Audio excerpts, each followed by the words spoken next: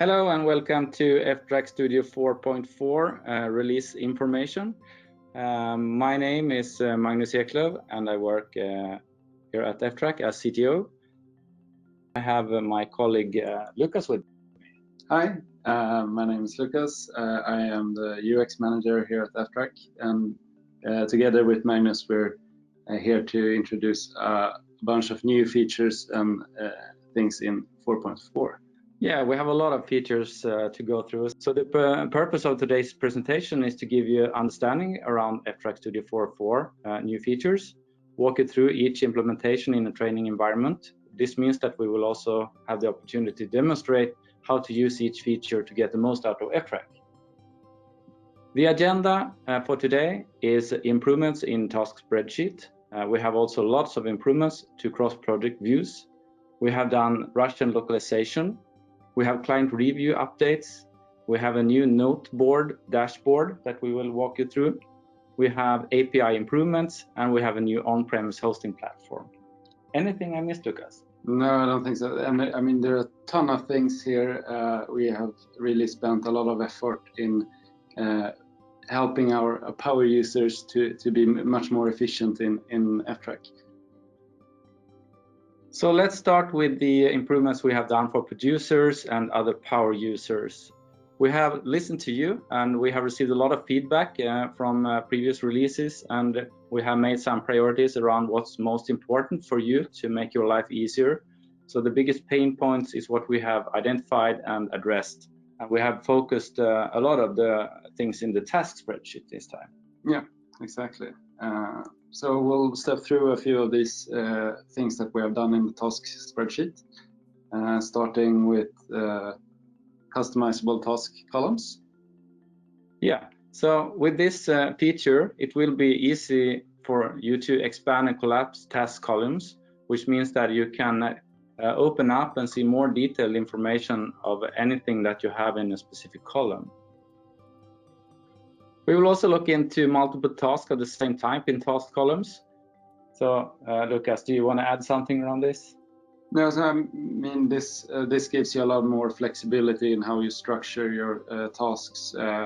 So you can create these kind of views where you view, for instance, the status of several shots across all the different departments, all the different task types that you have in your projects, while still being able to have multiple tasks of the same type. So maybe you want to break out the animation task into several steps, and you can represent them now clearly as different tasks while still being able to see them here as separate rows. Perfect. We have implemented, so now you can see in the task spreadsheet the latest version of the things that have been uploaded to the system. So, I mean, Lucas, you've been heavily involved in this implementation and also discussed this for a long time with customers. Yeah, and I mean, this is very useful for being able to see what has latest been published, both on tasks, individual tasks, but also higher up in the hierarchy. You can see them on shots or assets, builds, or other objects. We have opened up a little bit more attributes in the settings, which means that you can group things on more things. And yeah, and especially useful here, I think, is the ability to group on custom attributes. So in this case, we're seeing easy and hard. That might be the complexity of the different tasks here, for instance. From this release, you will be able to save the sorting in view. It has been quite difficult. You had to resort everything as soon as you kind of left a view in the past. But with this feature, you will be able to save a view with the sorting. We have implemented this feature, which means that if you move something in the task spreadsheet, you will need to confirm the move. So this makes it more clear for you what happens in the user interface. Anything to add on that, Lucas? So yeah, I mean, it's great that it's easy to move things around while you're creating the project, and you can just drag and drop things across the project to move them. But if you have a lot of things connected to how the hierarchy in ftrack looks. Maybe you have published a lot of files to a location, and you don't want to accidentally move things around. So this confirmation helps in that regard. We also received feedback from you that you would like to see summaries in the header of a column. Yeah, and you can, as you see here in the screenshot, you can summarize on different in different ways, having the sum, the min or the max value, for instance. And some of the examples this can be used for, as you can see, there are number of approved frames or number of shots. You can summarize custom attributes, for instance. I made it possible for you to be able to see more text in the cell around the description. Yeah, so certain cells like descriptions, text, custom attributes, you might want to be able to see more than one line. So this is very useful in that regard. Yeah. And now I'll switch over and show you some of the new things here in the task spreadsheet. Yeah, let's look into ftrack and how it works. So we will look into how to collapse and open up more features in the task column. And then we will continue with the rest of the things and show you everything in one flow. So Lucas, go ahead, show us the good stuff. Yeah, so I'll create a new view here to show you some of the new functionality in 4.4. I'll start by switching to the shot layout here, which shows you one shot per row here. So we'll have all of our shots in our project. And then I'll continue by customizing some of the attributes that we see. I can start by removing some of the ones that are not interesting, and then switch over to task columns. Task columns shows you information related to different types of tasks beneath each of these shots. So I'll switch on the name and status for animation, as well as for compositing, and let's see, look development.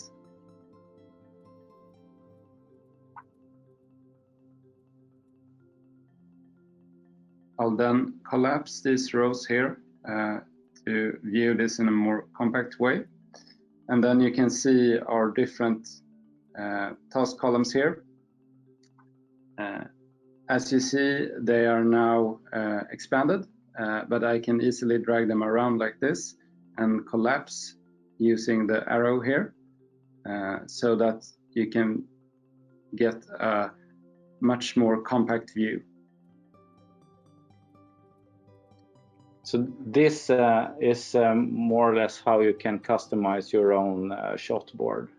Yeah, exactly. And then you can create multiple of these views and save them for later reuse. So I have some I've created from before. So we can jump into maybe shot overview 1 here, which shows you a lot of different attributes. And again, I can easily expand to see more information about certain type of task types. Here you can also see another of the features we mentioned, which is multiple tasks of the same type. So in this first row here, we have 3 different tasks of animation. You can see animation, blocking, and tech animation here, and their respective status. From here, I can also, of course, directly edit the status of one particular task type. One thing to note is that when you expand the scheduling view, this will collapse to a single row. But you will still be able to see if there are more than one task that's hidden here.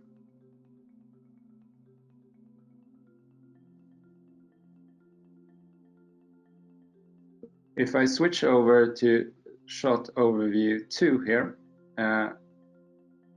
we can look into some of the other functionality that we have also added in the task spreadsheet.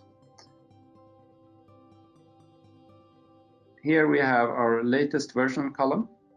You can see the different assets that has been published and what their latest version is, along with the status of each version.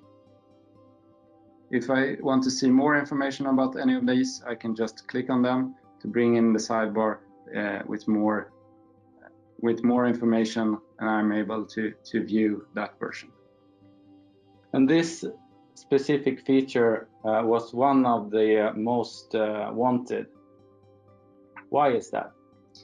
I mean, this is a great to get an overview of what has been done in the project. So it's a great way to get a high-level picture and condense the information in a small space. One additional thing that we talked about was the wrapping of lines. So this is more visible if I switch the row height here to a larger row height. So now you can see each of the rows is much larger, much taller, and I can see the full description on what should be done in these different shots. Group by more attributes? Yeah, exactly. So another way of viewing the information in the task spreadsheet is grouping the tasks by other attributes. So if I first switch to the default view here, and let's switch back the row height to the small one again. So if I first switch back to the default view here again, we can then jump into the different group by options here. As you can see, we have added a lot of different options that weren't available before, and also any custom attributes that you have, you can also use them for grouping by. So in this case, I'll switch on group by complexity here, and that's which is a custom enumerator that I've added, and in that way I can easily see the complexity of the different tasks in the task spreadsheet. Great. Then we have a feature that we discussed and showed that we implemented save sort in the view. So I mean, if you have a sorting, you would like to save that as a new view, then you can do that with this release.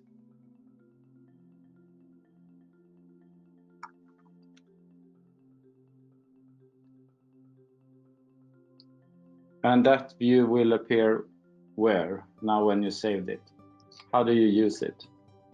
So to switch between views, you just select a view from the toolbar here above the task spreadsheet, and you can easily jump between the different views. You can also share this with other people using the manage views option there. So I can share it either with everyone or with specific people in my team. We also have a feature where we can summarize everything that is numeric in the header.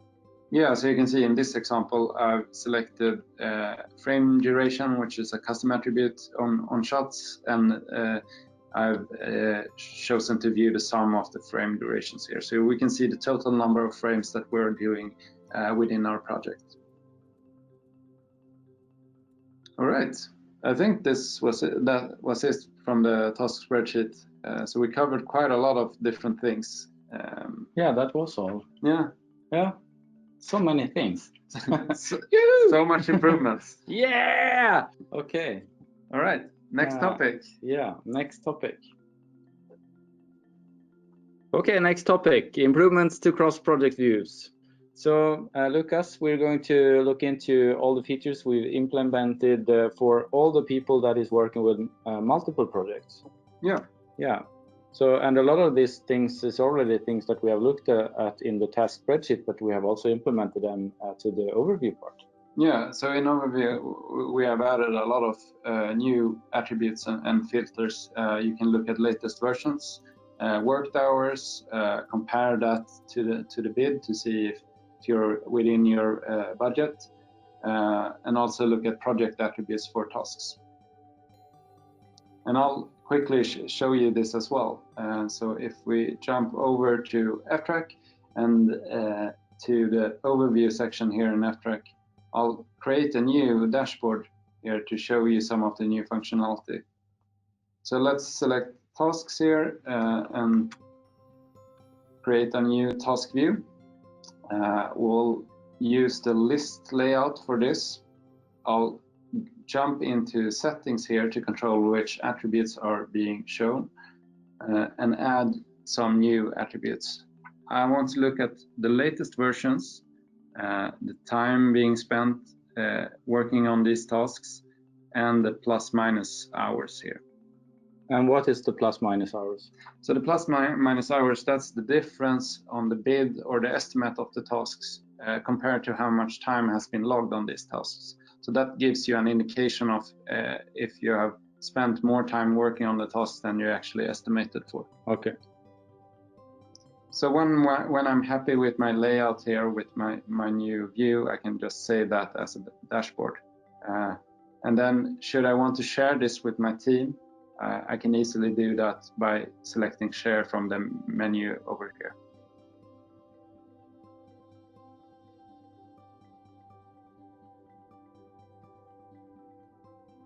Yeah, a lot of nice things. Thank you, Lucas. We have implemented a new language. It's Russian. Previously had Chinese, Japanese, and Spanish, and of course English. And I hope that, I mean, the text bubbles there. We don't know what it says, but anyway, we hope that the translators did their job. But it could be good to know for all of you that is maybe using English today, but you are also using a local language that we have support for, how it works with the upgrade. So Lucas, maybe you can just show them or tell them how it works when they have upgraded. Sure. So if you go into my account in ftrack, you have an option here at the bottom called preferred language. The default option here is browser preference. That basically means that whatever language you have your browser in, you will have the same language in ftrack, assuming it's one of the supported languages, of course. Should you want to have another language, you can easily just switch here to, for instance, the new Russian language. You can switch here. And after I reload the page, you will see the interface appears in Russian. Yeah, in 4.4 we have what we call client review updates. Some of these features have been heavily requested. For example, the possibility to play multiple videos in a continuous sequence. Also do looping of videos, and also see review, or in the review see the collaborators and their status and how they actually approve or reject different parts of the review. Yeah. So first off, playback options. Here we have added the possibility to play back videos in a continuous sequence, and it's easy to switch between different playback options. So you have play one, which is the normal way of looking at things, and then you also have now play all and play selection, where in play selection you actually get to choose which videos you want to include in your sequence, and then just play them back continuously. Another thing that we have added is also the ability to see the collaborators within the review. So you can easily see who is participating in the review, as well as their approval status, to see if they have marked something as required changes or approval. Yeah, so now it's time to see how it works. So here is our client review interface, where I can show you some of the new functionality that's available in client reviews in ftrack 4.4. So here you can of course play back the media as you had before. One of the additions that we mentioned is the ability to play back multiple videos in a sequence. So to do that, I select the playback options menu here and select either play all or play selection. So if I hit play selection here, I get the option to choose which videos I want to include. Hit confirm here, and my videos are now playing back one after the other in a continuous sequence. I can also set in and out points. So maybe I want to loop from this part over to this part here. By setting in and out points using my keyboard I and O, I can easily set a part of the sequence to loop as well. In the top right of the interface, I can also see the list of collaborators that are active in the review. I can also see if somebody has approved or marked it as required changes. There are also other features in the client review in 4.4, such as the ability to see which type of media you're looking at, or if it contains multiple versions, you can also see that there are several versions of this asset. And to view the different versions, you can just switch between them from the top here. So those are some of the new features that are available in client reviews. Okay, next feature, Notes board. This is a feature that we have been working with for a while, and now we have implemented more stuff into the beta version, and we are very close to have this available as a release. But it is available for you in a beta version. You need to know that you have to activate it to be able to use it in the beta version. But then when we release it for everyone, we will take that activation away. And Lucas, more information around this. Yeah, so maybe it's easiest if we show this and we can go through it. So I'll switch over to ftrack in the overview section here to show you the new notes board. As Magnus mentioned, to be able to create a notes view dashboard, you must first enable it under system settings under the experimental section. Once you do that, you will see the notes view option here when creating new dashboards. So here you can select the type of objects you want to view notes for and give that a name.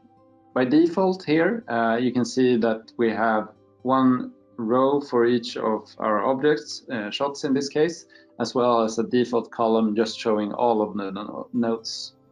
To configure this, let's head over to the settings pane over here and configure the column.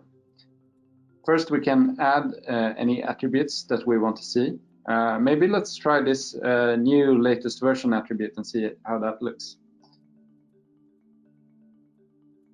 And then let's configure this view. I want to have one column with internal feedback. So I'll do that by using the note label internal that we're using here in our studio. I also want to add another column called client, where I'll instead filter on the note label client feedback. So now you can see in the left column we have all of our internal feedback at a glance, and in the right column we can see the client feedback that we have received. Not so much client feedback yet. Here we can see we have received a comment to make the stick darker. I'm not sure really what the client means here, so I'll dive into more details by clicking see more. And here we can see that we also received an annotation. So I'll click that and see, okay, so it's this stick that they're talking about. That makes sense. So you can also add stuff directly in this view around this. Yeah, sure. So if I want to comment something else on the this particular shot, I can easily do that by typing a new comment here. So let's fix the stick. All right. So this view can be used for a lot of different things. You have the possibility on filtering on note labels, as I showed you here. So this could be used for internal and external feedback, but it could also be used for different notes coming from different departments. So you could have modeling notes, animation notes, compositing notes, for instance. You could also separate the notes by different dates or other things that might be relevant to you. Yeah, I mean, it must be very powerful for people when it comes to communication around, okay, what have, for example, our supervisor, what have they said, what did the producer say, and so on, and have that in different columns. So it's very easy for everyone to understand, okay, where does this information come from, and how can I use it to improve this shot or whatever it is. Yeah, exactly. And in the first version, this is very much focused on sort of getting an overview of all the feedback coming in, all the notes coming in, and in the future we want to explore more of a view for taking notes as well, but that's coming later. As mentioned, this is available in a beta version now, so we're also very much interested in hearing your thoughts and your feedback on this feature and how and if it's useful in your studios. In ftrack, we also work with technical improvements. We have a lot of customers using our API. It's a very much enjoyed and liked API, and we have now implemented more possibilities for you to use the API, and especially when it comes to filtering stuff. For example, now you can see the latest version and work time through the API, and you will also be able to see the spot on, for example, for latest version. And then we have worked with the hosting platform, and it's a completely new on-premise installation package that we have done, and this is for all the customers using our enterprise plan, but a little bit more detail around this in the coming slides. So Lucas, you can take us through the improvements we have done with the API. Yeah. So for the API, we have added a few different attributes. You'll see that these are the same as we have shown in the UI previously, and that's because we're using the API to build our own user interfaces as well. So it's the same API that you use that we use internally as well, which is great because it's so that means it's already being battle tested in production. So one of the things that we've added is latest version to the asset versions. That means that you can do query for the latest versions of assets with much more ease and efficiency. So it's much easier to have views or reports or things like that show you the latest versions of each asset. In addition, we also have added the possibility to query time worked and time worked compared to bid. This we saw in the overview section earlier on. But you can use the same for any custom API scripts or integrations that you have. We have been working with the new on-prem installation package. This is an early access, as we call it, which means that it is available for all enterprise plans customers. We will release this in coming months as a fully blown feature. This is a really nice package. It makes everything much easier in the on-prem setup. It's built on Docker and Kubernetes, and it will provide an ftrack service with greater flexibility, scalability, and availability. This is a huge step forward for us as well. I mean, we are working a lot with the Docker stuff in our own hosting platforms, and it will be easier for us to deploy new features to you with the lower risk and everything. So I'm very hopeful for this Docker solution. Yeah, and as Magnus said, so this is much more matches much more closely to the setup that we're using for our hosted sites, and will deliver the same benefits of being more scalable, so you can work with really large productions, as well as improving the availability and making it easier to ensure that your on-prem installation is always up and running. And yeah, I think this we will share some more information related to this in a blog post coming soon. So make sure you look out for that to request early access. Cool. Cool. Yeah, cool. All right. Yeah. I think this was it. Yeah, that's it. Yeah. Wow. So there was a lot of things here. Yeah, a lot of things. You heard the timer here as well. Just boing, we're done. We're running out of time, Magnus. Yeah. Right on time. Yeah. Okay, I'm very happy with this. Yeah. I hope that you have seen some stuff that you like, and see you soon again. Yeah. Thanks a lot, Lucas. Good work. Thank you.